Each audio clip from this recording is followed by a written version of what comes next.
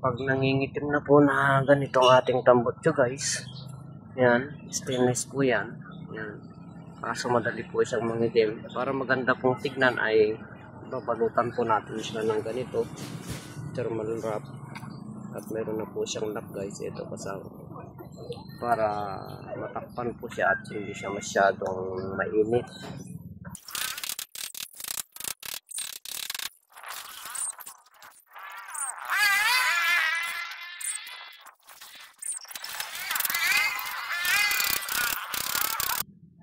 So, ayan na siya guys.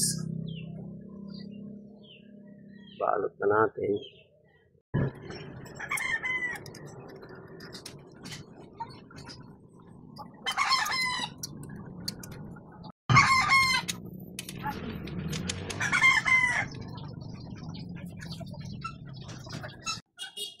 So, ayan na siya guys.